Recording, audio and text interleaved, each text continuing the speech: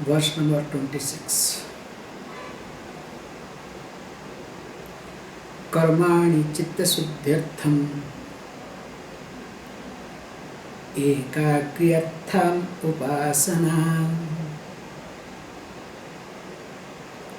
mokshartham brahma vijnanam iti Vedanta Dindima.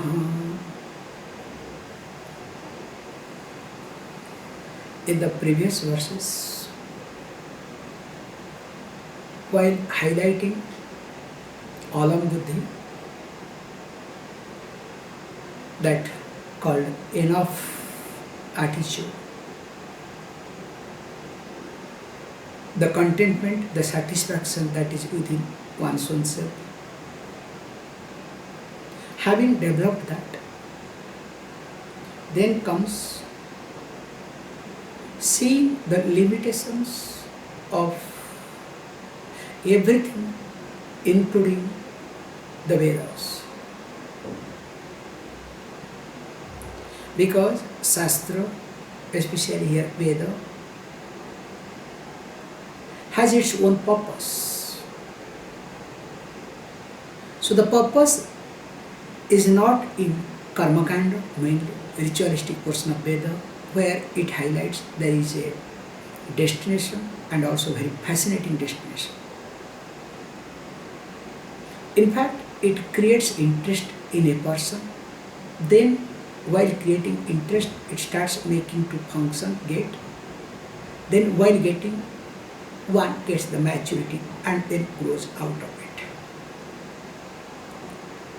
But once the person sees the maturity, then the person becomes interested in Brahma-jnana or Atma-jnana. Both are one and same. So while discussing all these things, so there is a tendency that one may come to a conclusion, okay, I know this, that's why I don't study scripture, I don't believe in scripture. In fact, don't belong to any religion. I am a secular. In fact, I do self-study. So either means self-study means only I study them, those who do not belong to any religion. I am fed up with all the religious people.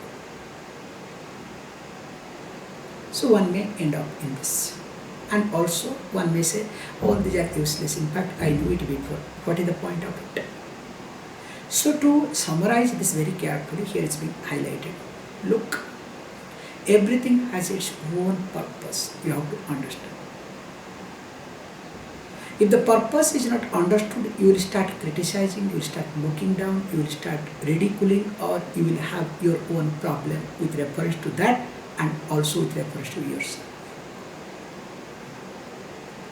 So what is that? He says, look, karmani chitta suddhyartham. The karma to be performed, not to achieve anything, but to purify mind. Because everybody in the world do karma for the achieving sake. A politician does karma to achieve. Because politicians is my favorite, because all over the world politics is going on very badly, so that's right. So the politician does karma for his end, for his destination, for his achievement. I also do the karma also for my achievement. Me being spiritual or religious also I do in the same way. So now tell me, what is the difference between a politician and me as a spiritual person or a religious person? So a politician has his or her ups and downs, frustrations, elations. I also as a spiritual person or religious person have my own elations and frustrations. Now, if I look at it from that angle, now what is the difference? So that's why the difference is here made very clear for a spiritual person especially. For a religious person, God comes in between. So the person does for the sake of God. So there is a shock observer. Whereas for a religious person, for a spiritual person, karma is being done only for what? Karma is done for chitta suddhyartha. So for the purification of the mind. So in the purification of the mind, I do karma, automatically result will come. Result cannot go anywhere. But my focus is not on a result. Can you see this the difference? So in short, I am not interested in pratyaksha phala of karma. Because we have discussed long back. Every karma has got two types of result. One is pratyaksha, other one is paroksha. So pratyaksha means direct, immediate. And paroksha is not that which is not immediate. So I am more interested in my internal growth, and then of course direct phalam has to come. Karma being gross has to bring gross result, there is no doubt in it. But behind the karma, the attitude that I have, that takes care of the subtle aspect of the result of the karma, if you want to put this way. So the gross aspect and subtle aspects. So here it says, karmani chitta shuddhyartha iti. For the purification of the mind, the karma. Then of course it's, okay, what about upasana? Even though upasana is a karma. So upasana means what?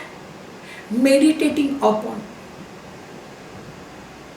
doing puja, doing japa. So mainly the upasana is Vachika karma and Manasa karma. Mainly, of course, in that also there is Kaika karma, physical karma. So when this upasana is being done, there is in between deity. So I cannot do on meditation on a meaningless mantra. There are people, they waste their time, on meaningless mantra. There is a huge group all over the world. They are being initiated with a sound, meaning like bum gum gum. So their logic is, if you have any other meaningful mantra, your mind will start wander. And if you do meaningless mantra, if you dwell upon, mind will not wander. And there are idiots to buy this idea, and many, it's a huge group there. Okay, now they are slowly, they have destroyed, means the founder is no more, so that's why things have gone away around now. So you can see, you need to convince few people. Once you convince few people, and those few people, the way they drive, that is how the organism grows. So first key people, 4 or 5 people, you need to really make them crazy. Like there was one fellow, there is still in India. So he got hold of somehow a scientist.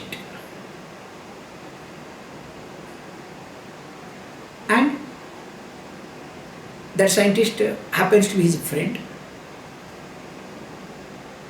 And finally, scientist tried to project this fellow as God. And he became, I don't want to tell name, and his name also got changed. So because the scientist projected him, and he was accepted as God. He became God, his wife became goddess. And all over the world they have network. You cannot think of. And of course now, a lot of income tax issue, they do not know what to do, where to end up, okay? This big issue going on till now. Time to time, lot of issues, let us not again get into. So what I am highlighting here is upasana. If you want to translate, upasana means that keeping a deity, superimposing higher things on a lower things. For example, on Shivalingam, on a stone, we visualize Lord Shiva. So that is called upasana. आवाज कम करो.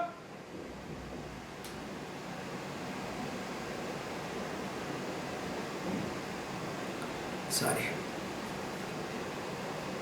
So, then what is to be done here is, here when a person does upasana, through the upasana one good thing happens, that is called, here he uses the word Mano ekagrata. Upasana means, or you can say upasana brings mano ekagrata in me. Through the upasana, my mind will not wander unnecessarily. So if my mind is very much fickle, if my mind is restless, if my mind really does not listen, has its own pattern, to come out of that pattern, one of the best things to do is upasana. That's why we make it very clear, every Sikh has to do some upasana. That's why we make it very clear. To start with, having a deity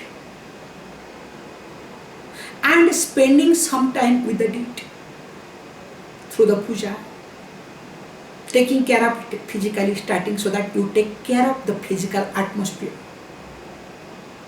Then as you start doing japam and all other things, then automatically you take care of your mind too. Because without upasana, Vedanta cannot be understood unless you have done in your previous life. That's why I have seen people, especially many Swamijis, those who discard this God and upasana, other things, later on they go through the mess.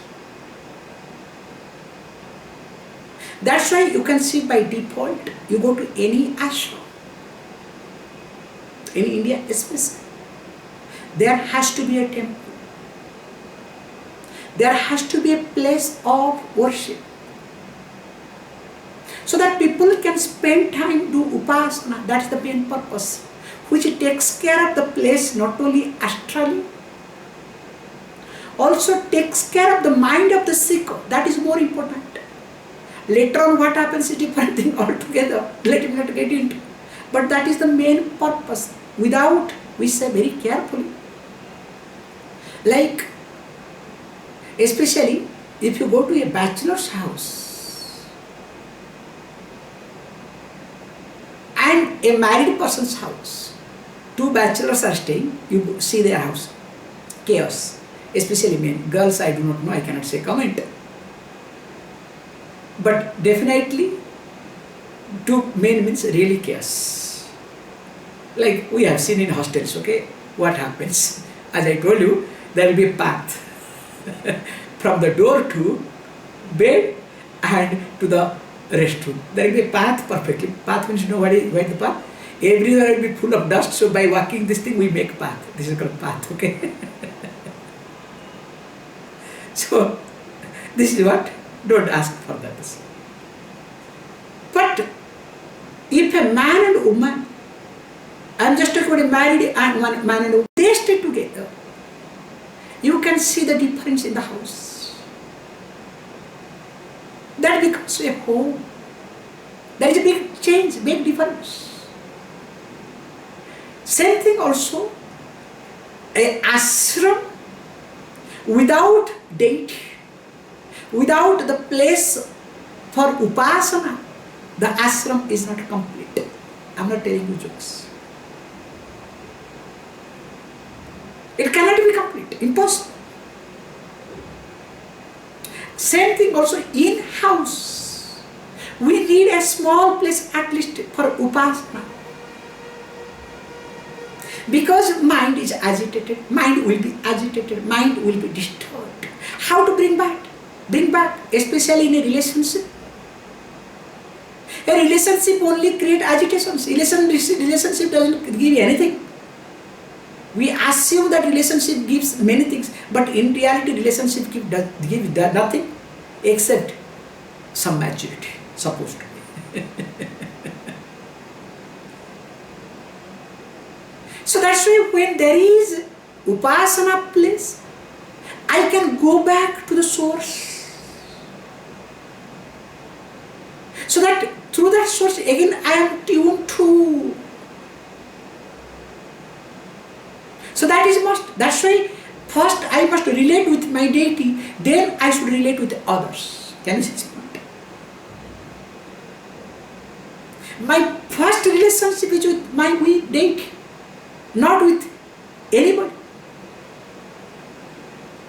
And because I am relating with my deity, because this relationship cannot break. Whereas if I am relating with you, any one of you, definitely there will be some break. Whereas when I relate with the deity, and because you are also relating with the deity, as long as you relate with the deity, I am relating with you. If you don't relate with the deity, thank you. So that's why Upasana is the tool to bring down, to calm down, to channelize, to make my thinking systematic. So that's why one whenever feels restless, one when feels low, instead of blaming, instead of crying, instead of doing many other things, let the person spare more time for Upasana. The problem with all of us is, Upasana does not give you gross result quickly. That pratyaksha phalam and sthula phalam, both, does not come through Upasana quickly. That's why people are not interested in Upasana. Can you see this point? Because everybody wants gross, they will not say gross, a tangible result. This is language. Do I have any tangible? What is take home? Because in language of what is take home? Management language. So unless there is something take home, gross, what benefit am I going to get? This is called gross, okay? We are putting it. So because I am so gross, and that's why I am not interested in Upasana, and I am not telling you jokes. A gross person cannot do Upasana, and even if does, cannot continue. Impossible. You can see for yourself, whenever you are gross, you cannot do Upasana. So that's why if you are not able to maintain, sustain your Upasana, that means there is grossness in you. This is the truth, this is the reality. How? Let me not get into it. That mokshartham brahma vijnanam iti. So the knowledge of Brahman brings moksha, the liberation, not anything. Iti Vedanta Dindima. So that means karma has some role in my life. Upasana equally important to me. Because without this karma and Upasana, it is not that easy for me to appreciate Brahma Jnana. Can you see this point? Unless I have done in my previous life. And if I have done in a previous life, I need not be critical of karma and jnana, Upasana. There is no point of me being critical to karma and Upasana. I may not need, others may need. So let people continue. That's why in ashrams, we make it very clear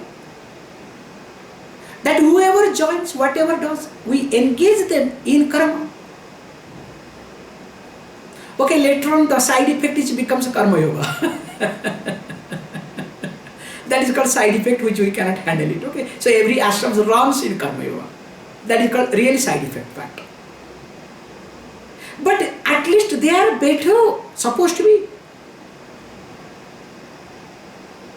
Imagine if there is no karma yoga, wrongly I am putting, but still I am putting it, giving benefit. If there is no karma yoga in ashram, what will happen to these devils, those who are staying in the ashram? They will create much more worse. In spite of karma yoga, if they are doing this. Imagine without karma yoga, what will happen? We have to think of that angle too. Only problem is they should not highlight only karma yoga gives you moksha. You understand? Because I have done seva to my guru, I will get liberation. Because I have done seva to the God, I will get liberation. Because I have done seva to the ashram organization, I will get liberation. Sorry. That has to be clarified very carefully, clearly. Seva is must. But because of seva, you will get liberation? No. Seva gives you chitta suddhi. Your likes and dislikes literally gets polished. And remember, your unhappiness is connected to your likes and dislikes. The stronger likes and dislikes you have, the more suffering you have in life. So all our suffering is related to our likes and dislikes. So when the likes and dislikes is being polished, yes, you are happy, but don't think that the happiness comes through this. No, it reduces. Happiness comes from understanding of one's own self. Okay? I understand, but what about all karma? I have heard a lot of karma, so many lives, so many karmas, what to do? There are so many types of things. And karma theory is new, very difficult. Okay, so what to do? Please read verse number 27. I have not given the translation, but however, I will manage it. Sanchitagami karmani dahyante jnana vanhina prarabdhanyanyubhavat iti Vedanta Dindima. As all of you know, supposed to know this meaning of things. So all the karma put together are divided into three categories. So one is called agami, second one is called sanchita, third one is called prarabdha. And if you don't remember, please go to Tattva Bodha. So Tattva Bodha we have talked in details, and that too systematic way. And through different banking systems also we have explained in details. So here it says, Sanchita and Agami karma dahyante jnana vanhina. So with the knowledge, this both Sanchita and Agami karma is exhausted, is destroyed, it's burnt into ashes. Whereas prarabdham cannot. Then how it will be? It says prarabdhani, very nicely. What is to be done? Anubhavat iti. So it is only through the anubhava, experiencing, going through. Now, what is all about? You are talking these words, three words. So what is starting with agami karma? So agami karma means jnana utpatti anantharam jnani deha krutam punya papa rupam karma yat asti tad agami karma iti. I hope you remember. Because what it says, jnana utpatti anantharam. Once the knowledge is there, so because that should be knowledge, means a Brahma Jnani especially. So once the knowledge is done, the understanding is there. After understanding, again the person will continue working. Not to say, I am a Brahmagyani, I will sit here. Even if you sit also working karma. Even if somebody feeds you, you have to swallow, that is also karma. So that's why, after the knowledge, after the understanding, whatever Jnani Deha Krutam, means the Jnani does not do.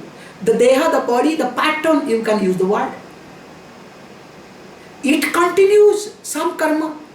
That can be in the form of papam, punyam. Then you can say, how can a Jnani do papam? Impossible. Please understand. That's why we have this, starting with this Chaturmasya Vratam. After Guru Puja, there is Chaturmasya Vratam. Those days 4 months, nowadays Pakshavai Mahasam, only 2 months. Especially in rainy season, a sadhu doesn't move from one place to another place, stays in one place and start teaching. Why? Because in rainy season, everywhere insects, everything will be there. So when you keep moving, many insects will be dead under your feet. So that is papam. So what will happen to that papam?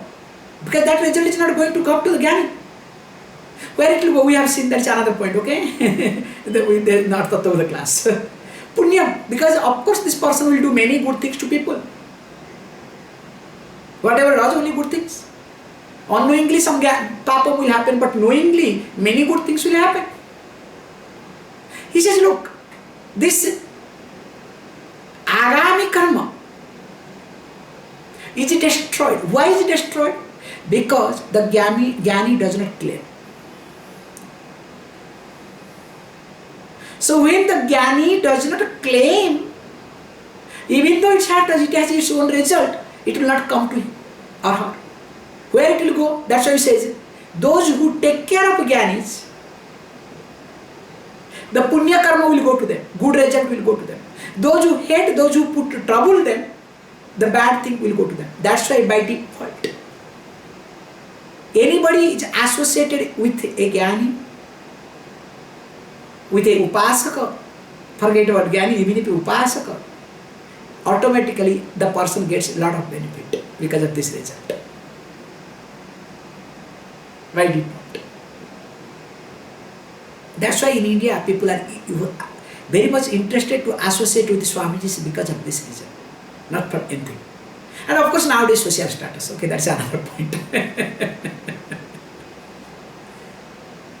Like everywhere, I cannot forget.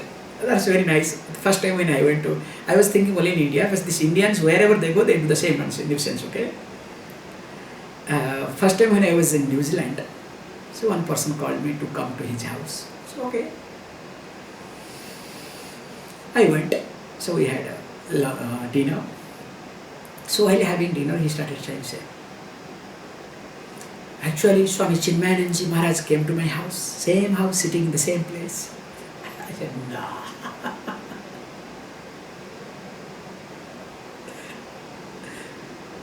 And luckily he could not tell Swami Ananda Saraswati, because Swamiji that time did not go there, okay? And later on I checked when Puja Swamiji came, he tried his level best to invite to the same place to give him some food. Okay, it did not happen, that's another point. So this is happening. In fact, the person said, Swami Chinmayananji came here, so other Swamijis came here. Now I am very happy that you are here. Means as though I am privileged to come to his house.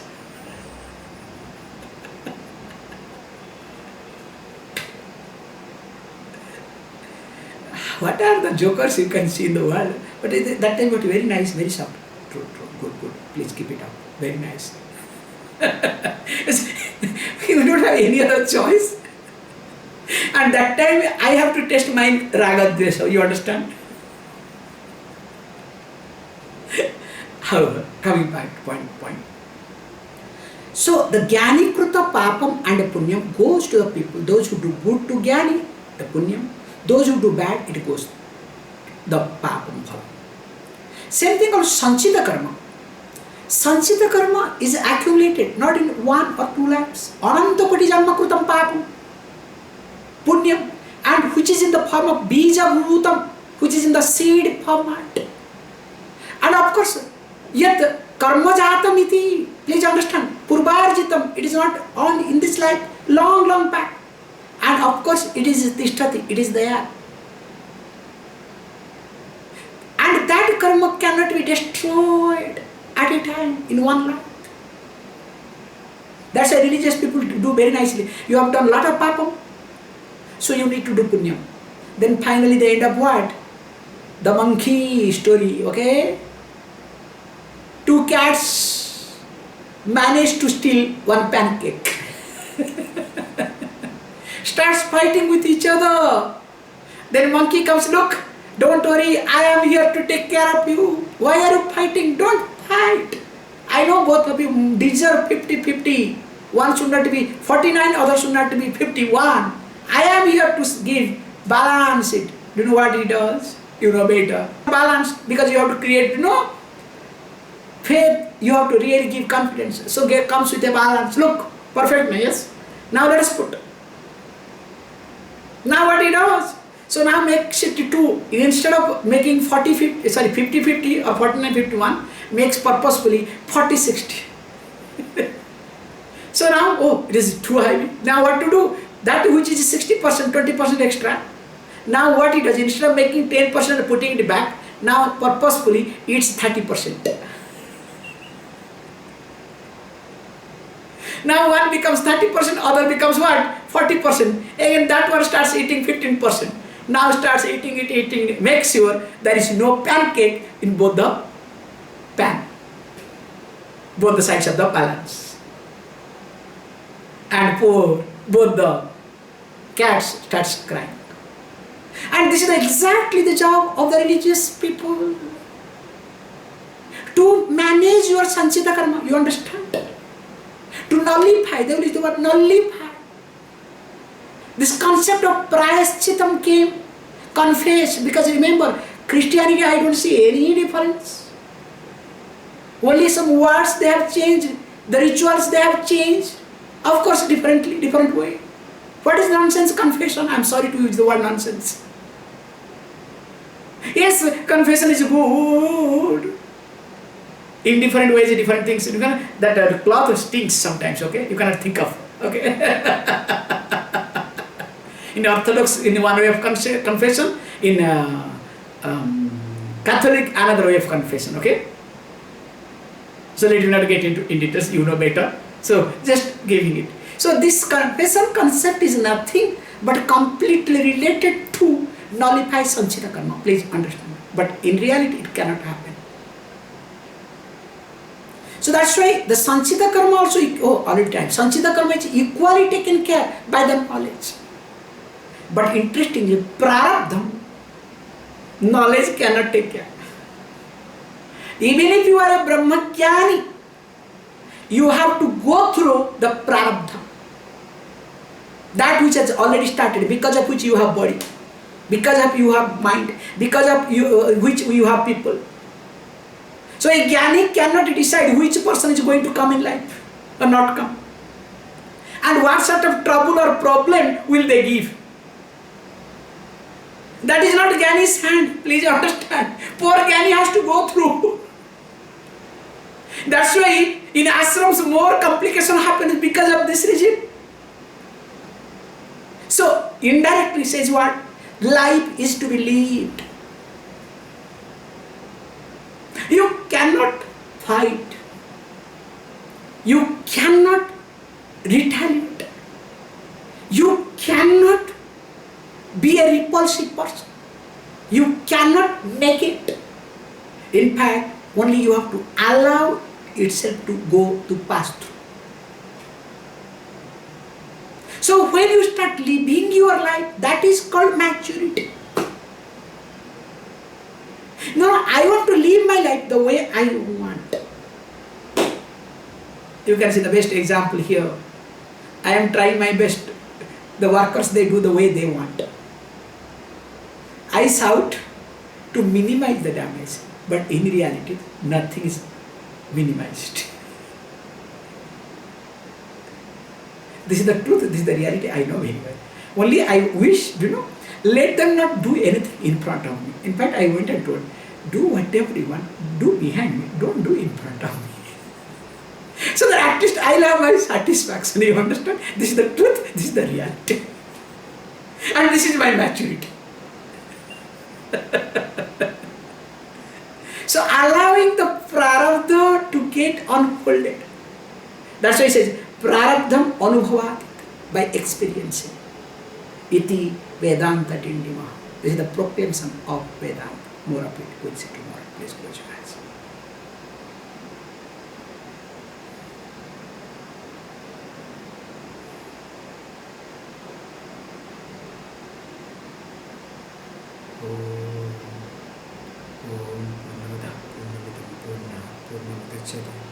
Purnasya Purnamada Purnameva Shishyate. Om Shanti Shanti Shanti.